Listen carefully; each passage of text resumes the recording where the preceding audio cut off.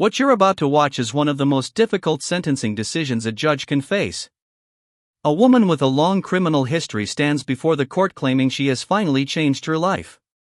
But when the truth about her past comes out, the entire courtroom is forced to confront a question with no easy answer. Entered a plea of guilty to driving while intoxicated third or more, as well as a prior offense, which made it a second-degree felony offense. There was no agreement with regard to punishment. I have received the pre-sentence report, and has everyone had an opportunity to review that report? We have, Judge. I have your honor. Are there any additions or corrections to that report? Not from the state, other than I want to acknowledge I have received Mr. Gertz's sentencing memorandum this morning. I'm going to get to that too in just a second. Any additions or corrections? Aside from the one comment that I make in the sentencing memoranda about a comment that she made about rehabilitation, I think it's more of a clarification, so I'm happy to touch on that. But other than that, we don't have any additions or corrections. Okay. And Ms. Smallfino has already stated, as well as I received the sentencing memorandum at 5:47 p.m. yesterday. I'm going to point that out for the record. The Harris County judge got her sentencing memoranda at midnight, so. Well, it was reviewed quite early this morning, but I did review it. Ms. Smallfino, you've had time to review it as well? Same, Your Honor. Okay. Other than that, I think you all should have a couple, there's only a few, but there were some jail incident reports that should have been provided to council. Did you both receive those as well? Yes, Judge. I did. Okay, is everyone ready to proceed with sentencing then? Yes, Judge.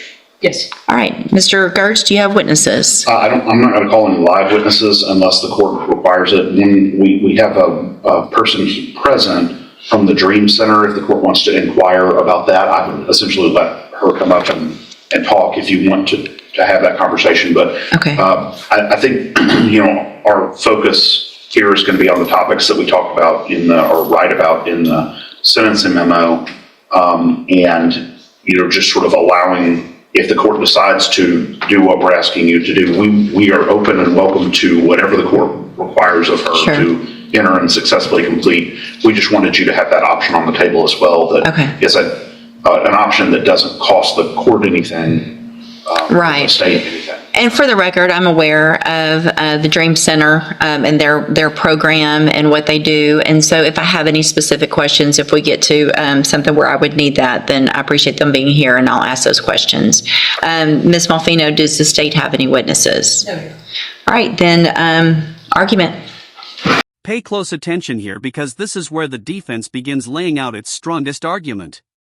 Everything that follows is designed to convince the judge that this defendant is no longer the same person who committed these crimes. The next few minutes could completely shape the outcome of this case. Catherine on over the last 3+ years, I guess almost 4 years, as a project for me, if that makes any sense. And what I mean by that is I really wanted to put to the test, could this person do everything that I asked her to do to at least get her an opportunity to be here in front of you asking what we're asking for? She exceeded my expectations by doing the 90-day inpatient rehabilitation.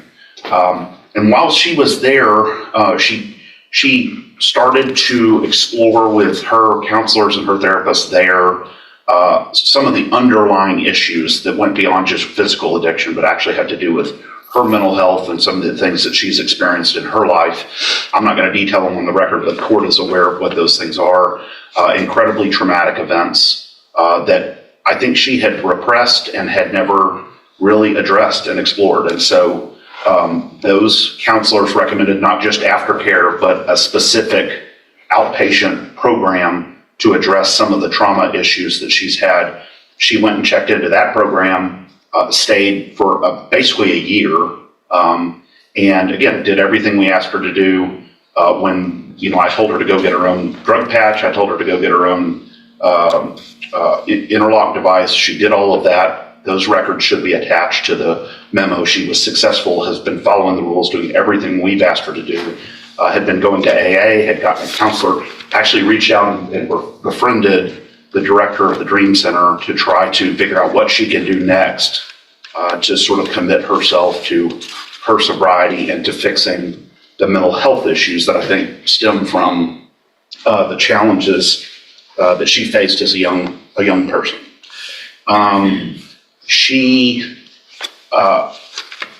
Sometimes it's easy to look at one side of the ledger, the rap sheet or the criminal history, and think that defines this person. What I have been fortunate enough to do is to really dig down and get to understand her as a human, and see that all the progress she's made, all the effort she's made, and see what she's done well and all of the problems that she's been addressing well. She's obviously very anxious about this day, but we've been looking forward to this day as well to be able to present that. And I want to go down on the bottom of page 2, address what I was talking about in the CSI. So that I'm not saying that this wasn't the words that came out of her mouth, but when she was asked by one of the examiners in the probation report if she felt she needed treatment, she said she didn't feel like she needed treatment. She wasn't opposed either. I want to clarify what we mean by that. And I say this here, but what she would say, I think, is she did 90 days of detox rehab related treatment, has continued aftercare, has continued mental health care. But in terms of going to a program that is specifically targeted at people who are currently using or currently intoxicated, I think she thought that wasn't the direction that would be ideal. She will do whatever you want her to do, but I wanted to explain what that comment means. And so, because a lot of times, as you know, Judge, private rehabilitation programs will just reject you if you've been clean for 3+ years, as she has. And so they just won't even accept you at all. So I think that was just a misunderstanding or a miscommunication between the probation officer and Catherine. But nonetheless, she's willing to do whatever the court chooses here. Additionally, we've been in contact with her current parole officer. They are willing to keep her on parole instead of revoking her, depending on what the court does here.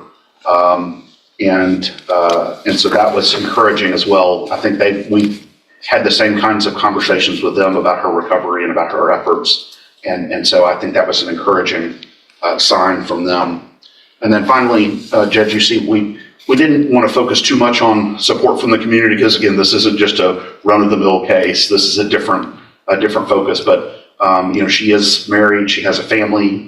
She recognizes the impact that all of this has had on her family and her relationships, the strain it has put on her husband, both financially and also emotionally. And she accepts responsibility for that and is asking the court to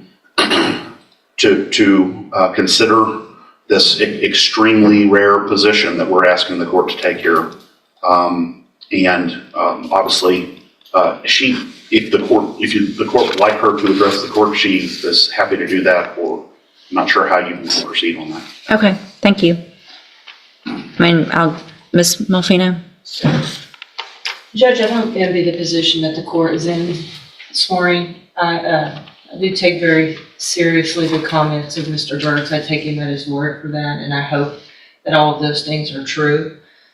It's difficult for me as a representative of Jefferson County and the state and the citizens that were on the roads every day to stand up and say I agree with probation, but I don't disagree with the things that Mr. Gertz has said and the information that is in his sentencing memo. To play the other side of the coin, does it suggest that she received the benefit of the doubt already by me waiving the habitual status that she could have been facing based on her number of priors? Does it seem in good conscience that I can say I ignore all of those priors? Absolutely not. But obviously, we have seen that her multiple trips to the penitentiary have resulted in no change of behavior until hopefully now in these last 3 years. And I do sympathize with Ms. Welch as an individual.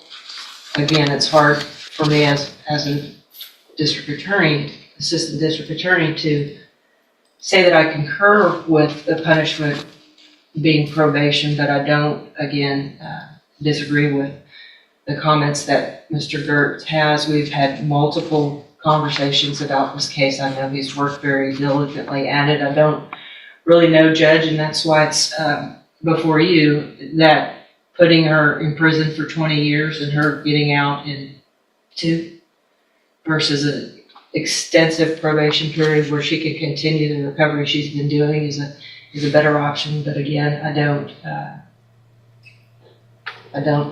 know what is in the best interest of public safety. Unfortunately, none of us do. So I would defer to the court's wisdom and whatever you think is appropriate based on the volume of information that you have.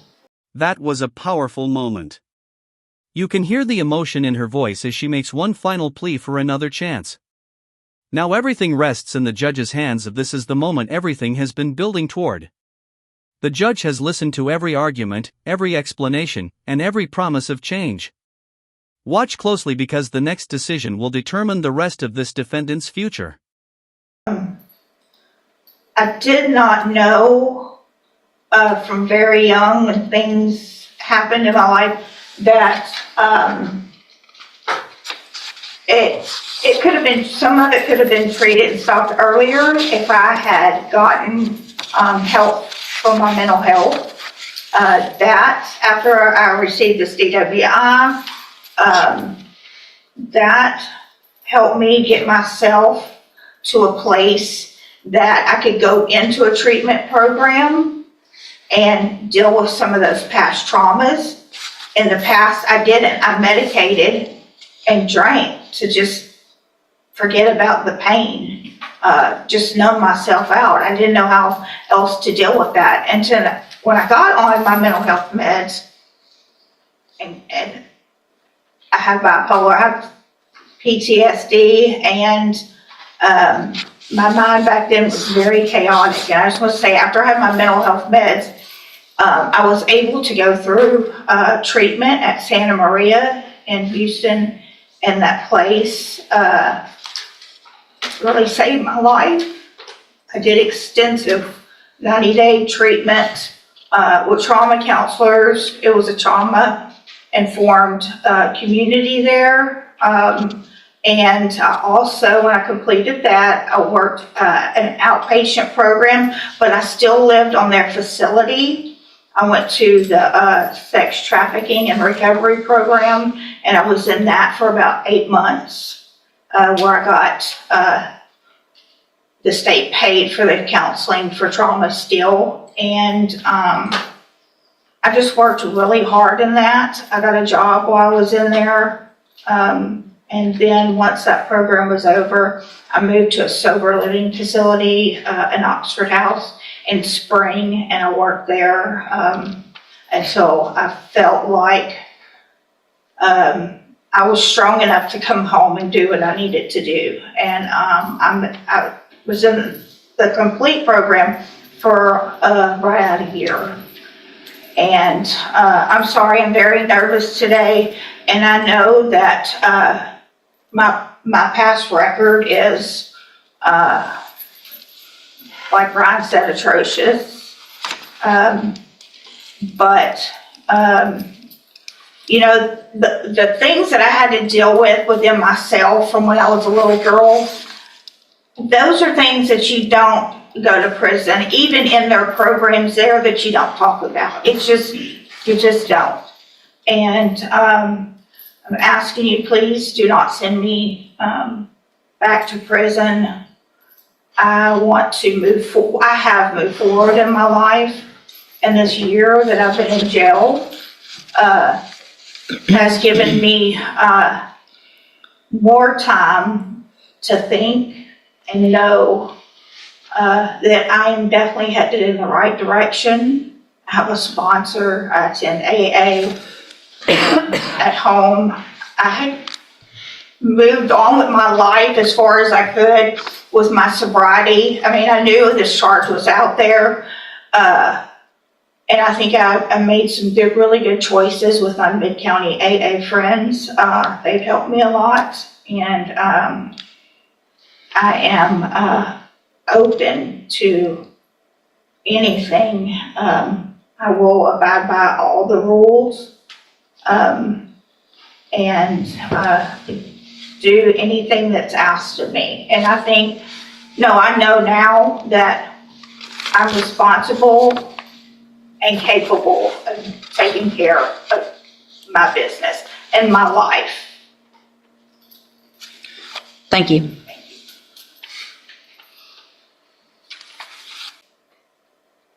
So, Ms. Welch, Ms. Malfino probably said it yet best, and I get this often, and they don't envy my position, and this is the worst part of my job. But I worked hard to get here, and it's my job. Part of my job, it's several things, and it's to look at, obviously defendants and giving chances and things like that, but it also is about making our community safe. And I have to look back, this is your 10th DWI. It's not your 5th. It's not your 8th. It's the 10th. And while I understand the trauma that you went through, that you've been to Safe P 3 times. You've been given opportunities on probation where they were revoked. You've had opportunities while you were on parole to do what you have done now. And while I appreciate what you've done, and I think that's great, and my goal isn't to stop any improvement, but I can't, in my opinion, in good faith, go home tonight, look myself in the mirror and say I gave somebody on their 10th DWI, that your last sentence was for 15 years in prison. The one before that was for 10. The one before that, you've gone to another 10 year, back in 09. I mean, this goes back to the 90s. You got a 10-year sentence in 2011. While you're on parole for that one, you get another one, so they give you 15 years, and you get out and you're on parole and you do it again. The fact is, we're just lucky that you haven't killed someone in our community 9 times over, being given opportunities. I just can't do it. I'm going to find that you entered your plea of guilty freely and voluntarily. I'm going to find and your plea of true to the prior offense. I'm going to find sufficient evidence to find you guilty, and at this time find you guilty of driving while intoxicated. I'm going to sentence you to a term of 18 years in the institutional division of the Texas Department of Corrections. You will receive credit on that sentence for any time that you've been in custody that the law gives you the right to receive. You're going to be handed a trial court certification that shows this was not, well, I guess there was an agreement because the waiver of the enhancement, which could have been a 25 to life, as Mr. Gertz said. So I'm going to hand you the certification that shows this was an agreement. You've waived your right to appeal. I'm also handing you a written admonishment regarding your ineligibility to possess a firearm or ammunition. Possession, because of the judgment entered against you, you're ineligible under Texas law to possess a firearm or ammunition. Possession of a firearm or ammunition could lead to charges against you. You should read the written admonishment I provide you. If you have any questions about that, you can talk to Mr. Gertz. And Ms. Welch, I take no pleasure in this. This is extremely difficult for me. I understand to some extent. And just like that, the case came to an end.